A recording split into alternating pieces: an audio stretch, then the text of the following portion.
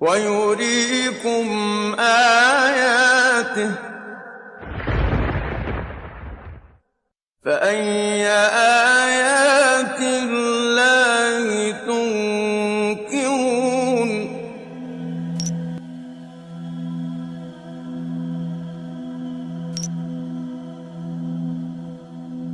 From any point in the world, the direction facing the Kaaba is called Qibla, and Muslims are expected to face Kaaba while performing Salah. For most of the people who don't know the wisdom behind the holy Kaaba, it seems like Muslims are worshipping this cubic black house. That's why many of them ask the question, why a Muslim should prostrate towards a rocky house like the Hindus who are worshipping idols. Now, what is the difference between Islam and other religions in this regard? In Islam, there's a rule that if someone does not know the direction of Qibla or he has no possibilities to verify it, then he can pray to any direction he thinks is correct. Because Allah subhanahu wa ta'ala says, وَلِلَّهِ الْمَشْرِقُ وَالْمَغْرِبُ وَلِلَّهِ الْمَشْرِقُ وَالْمَغْرِبُ فَأَيْنَمَا تُوَلُّوا فَثَمَّ وَجْهُ اللَّهِ إِنَّ اللَّهَ وَاسِعٌ عَلِيمٌ.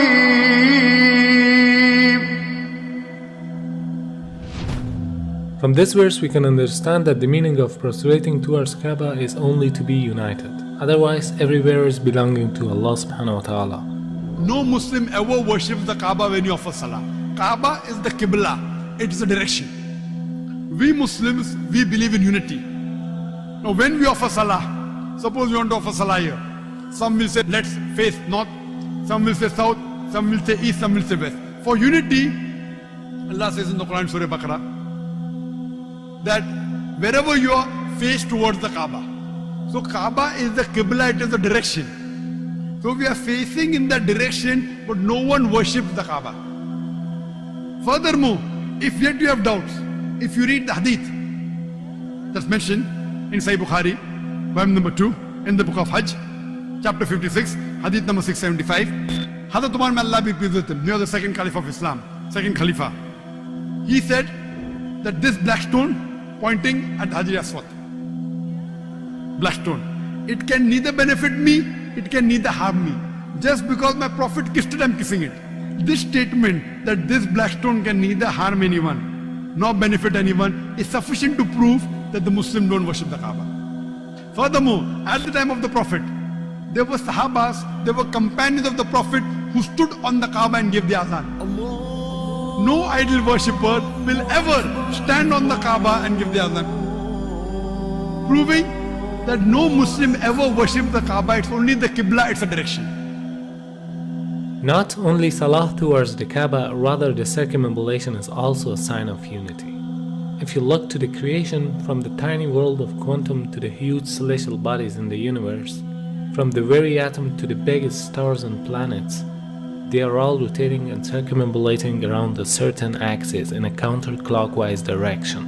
And this is exactly what the Muslims are doing around the Kaaba. So in Islam, it's an act of worship. It means in nature everything is worshipping the Almighty Creator, but not the body which is in the center of the circumambulation. This represents the unity in the whole creation. Beside the logical fact, there's a scientific reasoning about the Kaaba. When a person puts his head on the ground towards the Kaaba, the harmful charges would be released out of his body in a perfect manner, and it causes the body to balance its energy system. To know how it works, first you should know about the concept of the golden ratio. The golden ratio is a proportion of a longer distance to a shorter one, which is equal to phi constant, 1.618. This ratio is also called a divine proportion because the Almighty Creator has used the very same proportion in a great number of events.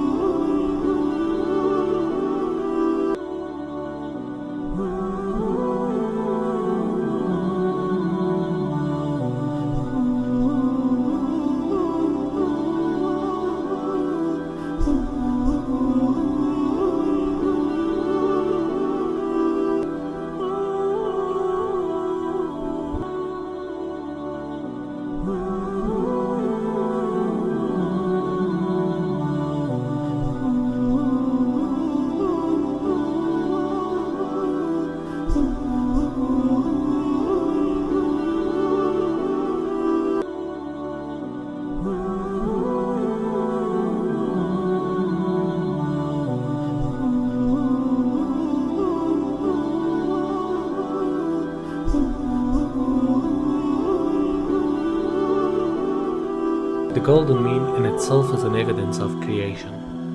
If we apply this ratio on Earth, we'll find out that the golden point of the globe is the city of Mecca, whereas the golden point of Mecca is holy Kaaba. So because it's the golden point of the globe, it is the strongest energetic field on Earth. فالمركزية جاءت واخد بالك في الاتجاه العلمي، بمعنى ايه؟ ان هم لما طلعوا في الفضاء وصوروا فلقوا الارض كرة معلقة ومظلمة، ولذلك حتى الراجل قال ايه؟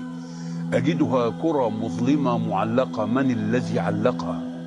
هو يريد هو أرمسترونج. وكان كأنه يريد أن يقول بلسان الحال لا بلسان المقال الله الذي علقها. ووجدوا فيها شعاع يخرج من الأرض. كتبوه في الشبكة العنكبوتية في الإنترنت وخلوه على مدى 21 يوم ثم أخفوه. أخفوه لماذا؟ يعني الأمور تتبع يعني مقاصدها يعني إخفاؤه دعنا نقول إنه له دلالة مثلا، له دلالة كبيرة جدا. لسبب لأن هذا البيت العتيق، يعني هم لما جم ولقوا فيها شعاع، لما لقوا هذا الشعاع ابتدوا يركزوا الصورة فوجدوا إنه خارج من مكة، وبالتركيز وجدوا إنه خارج من الكعبة. For understanding how the golden mean provides an energetic field, you can take the example of the galaxies or planets, which emits the energy from the center point to the outer edges, just like a nuclear which balances the energy system with the electrons which are rotating around it. It means they are taking the negative energies and giving the positive energies for a balancing purpose. وبالتالي عندما تطوف أنت تشحن. معلش سبحان الله. أيوة هذه حقيقة.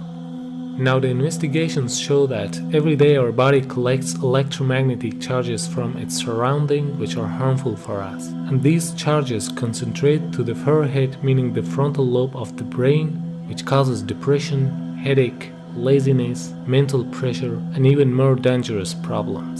This forehead part of the brain is known as the frontal chakra, throughout which the body takes positive and negative energy. It is observed that these harmful charges can be released by putting our head down on the ground. But for a better result, we should put the frontal chakra of our body in a direction towards the strongest energetic field of the earth, meaning the Kaaba. Dr. Andrew Newsberg studied the brainwave activity during the prayer. He found some direct impact on several brain locations. The benefits of prayer are incredible. Regular daily prayer helps the frontal lobe from shrinking with age, which is the part of the brain that regulates our speaking, reading, and memory. Therefore, this helps to prevent memory loss in old ages, a perfect form of meditation which brings us to a state of tranquility. وهناك بحث أن صخور مكة البازلتية السوداء هي أقدم الصخور الموجودة في العالم. هذا كلام حقيقي. أقدم الصخور. أيوة. وهذا أثبت علميا. أثبت علميا وبحث منشور، وليس أخذوا يعني صخور بازلتية من مكة وشافوا المناطق اللي بتتكون هنا.